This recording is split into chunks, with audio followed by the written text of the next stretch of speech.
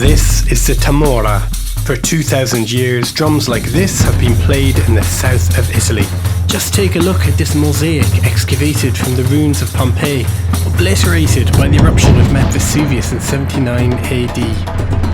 You can see a musician playing what is absolutely a tamora, there's no question. And this comes from Pompeii, right in the heart of Campania. So if there's drumming like this happening in 2022 and 2,000 years ago in Pompeii, it really tells us how ancient these traditions really are. I'm Ruairi Glasheen and I'm a percussionist myself, so naturally was drawn to this music. And the more that I learned, the more I was entranced by the culture which surrounds it. In this series of documentaries, I want to share my journey into this ancient tradition to learn about the people and places that have shaped the rhythm of this truly magical land. We're going to kick off any second now. Watch this. From ancient rhythms to mysterious cults. This is a story about real people, passion and tradition. This is Rhythms of Italy.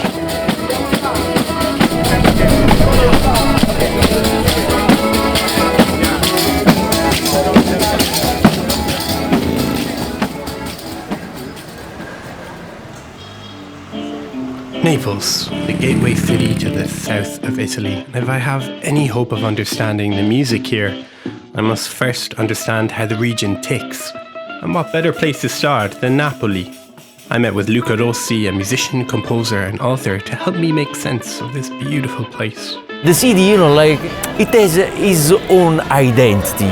Try to understand Naples. It's very complicated, everybody, give a try, to understand it. The city's walls hold clues to Napoli's fascinating and complex history, but the real magic of the place is held by the people who live here. It's a city, I'll say to you, full of love, and love is just that, is yin and yang, it's black and white, it's like the mask of Pulcinella. We have to go and see Pulcinella, so he's sort of down this way on the right? Right. I follow you. For 400 years, Pulcinella has been a mascot for the city of Napoli. His dualistic and complex personality can tell us a lot about the Neapolitan mindset. And it's black and white, and it's, life and death. It's good and evil, the stupid one and the super smart one, And is it sort of good luck to touch his nose or rub his nose? This celebration of paradox. That is good luck. Yeah, you can see, everybody's just touching his nose. It's great, bit of good luck. And as we sort of walk through the streets, there's lots of street art.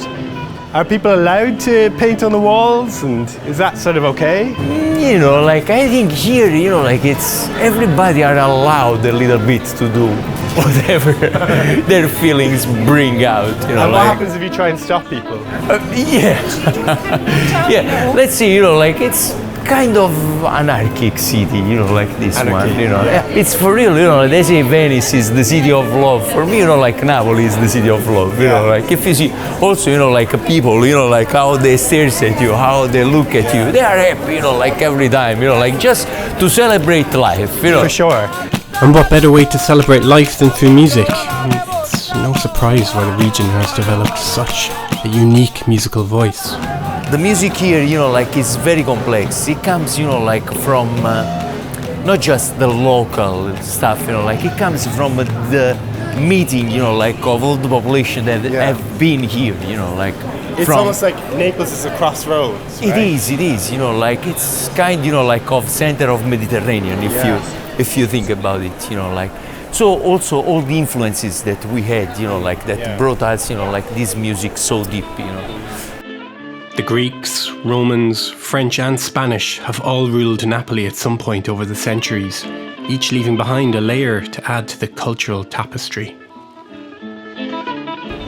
And would you say that there's kind of a Neapolitan attitude or a way of life? Do the people have kind of, a particular type of characteristic? I will say yes, this is a very energetic land, we are near the volcano, Right. So the Vesuvius, it makes people, with that fire inside, you know, like, and they are very energetic.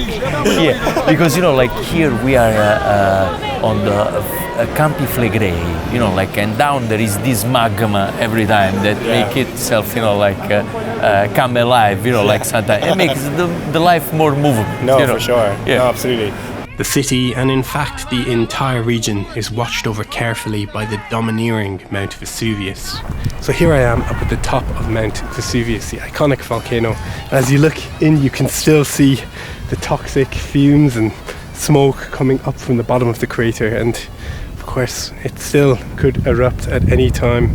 Despite the volatile nature of Vesuvius, agriculture in the region has thrived due to the rich volcanic soil. And interestingly, even at the crater of Vesuvius, there are depictions of the Madonna, or Holy Mary. These are found throughout Campania, and I wonder why she is such an important part of the culture here. We have these 7 Madonnas, you know, like, they say they are 7, but they are more, you know, like, they say 6 were beautiful and 1 was ugly. You remember this story? Yeah, I do. Yeah. You know, the ugly one was black. Yes, in Montevergine, right? In Montevergine, right. Yeah. And she said, you say that I am ugly and I go up on an hill. Yeah. Yeah. And so, you know, like, she just, you know, like, went up on this hill and she became the most beautiful of everybody, the other sisters. Because people go there 2 times in a year, you know, like for Santa Maria and for Candelora. Candelora, yeah. sì, yeah. And they go to pray to Madonna di Montevergine. Mundagnone sama sajene qua da razia che sta mave. Esatto.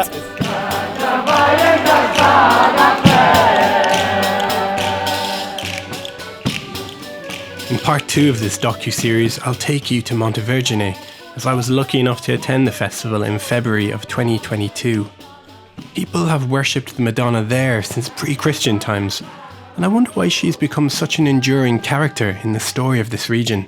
That is the mom, you know, like symbolic, you know, like it's a mom, you know, like Madonna, it's a mom. And everybody, you know, like are son, daughters of a mom. Yeah. Everybody of us, you know, like we come from there, you know, like so she just accepts the human being, you know, like as it is, you know. Everyone is welcome. Everyone. And it's at these festivals which worship the Madonna that are also based around the agricultural calendar, where the music and drumming unique to this area has been cultivated for centuries.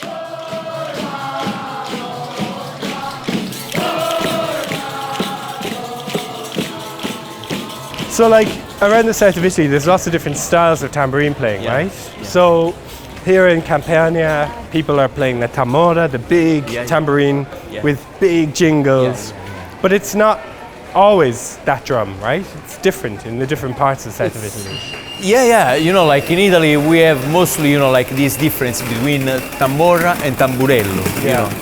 So like the tamora is the big frame drum, you know, like with big jingles, as you said, you know, like, and then there is the tambourine with little jingles. Yeah. And you know, like actually in Campania, they play tamora. Yeah.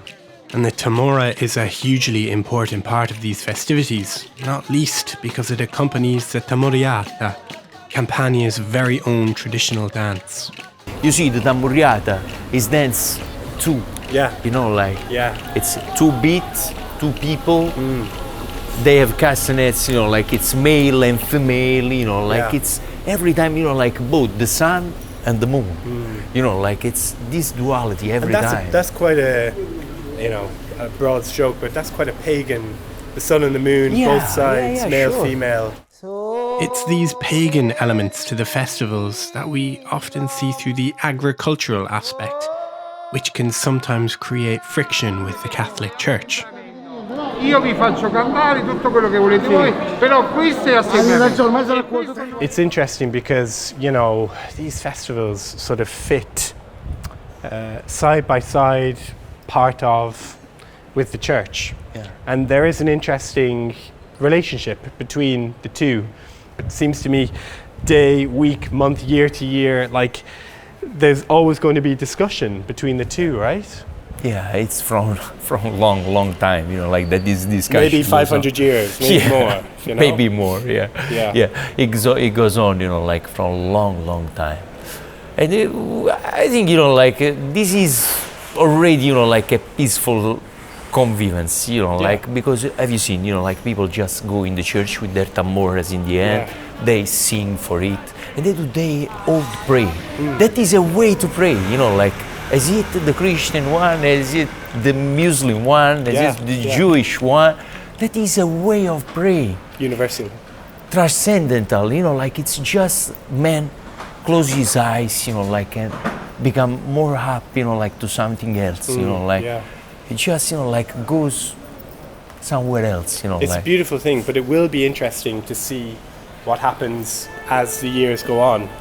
Yeah. I guess, you know, that's just part of the tradition.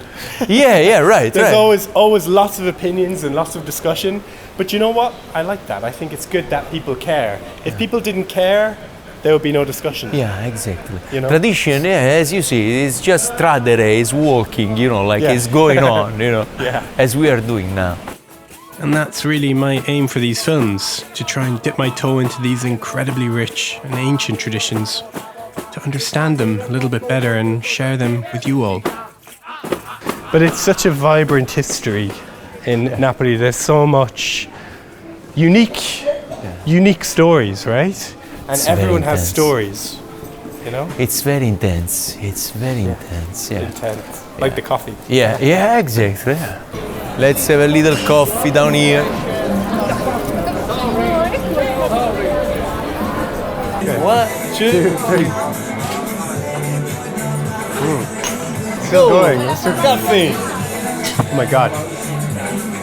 Oh yeah, you will feel so powerful. Oh my God. My drumming is going to be so fast. Michelle Tofi, I'm going to do you. Oh, wow. How you feel, Michelle? How you feel? Though it isn't just the rhythms of the tamora out on the streets of Napoli today.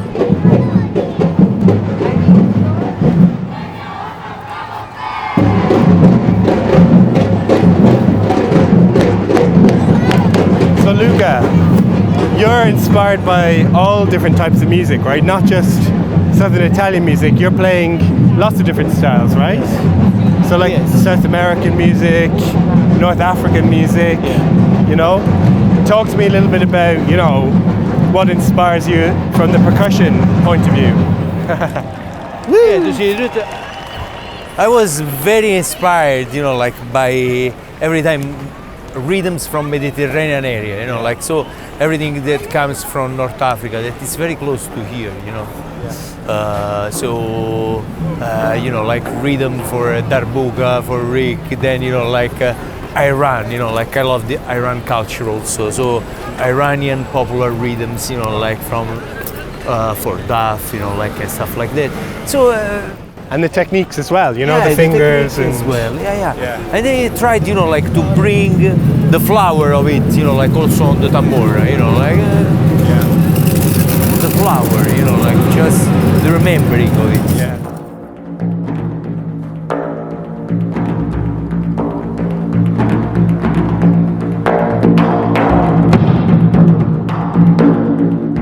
You know, the first time we met, Luca, years ago, I remember you dropped me off at Naples station. I was going back to, I think I might have been going straight to Rome, I can't remember. But I remember I had a little tamburello. And there's like a guy playing the piano and you're like, hey, you like join in. And like everyone just came and started singing. And when they heard the music and the rhythm, they were just so drawn. It was like powerful, you know? We'll do it again. Let's celebrate it. We're gonna recreate history.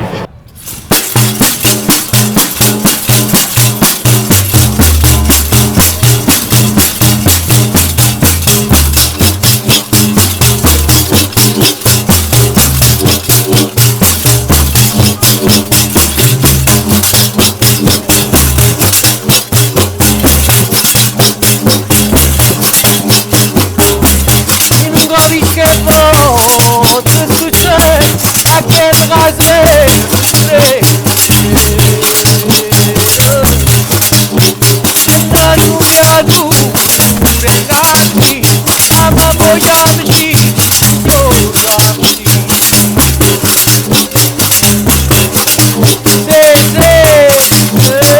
Gira il mondo, e panuone voglio stare, ma tu buono di, lo faccio in tirani,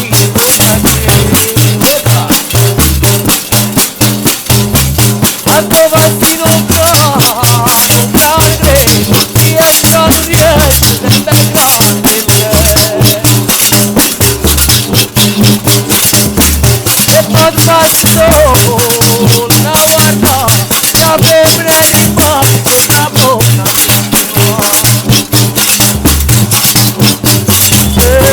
una guarda,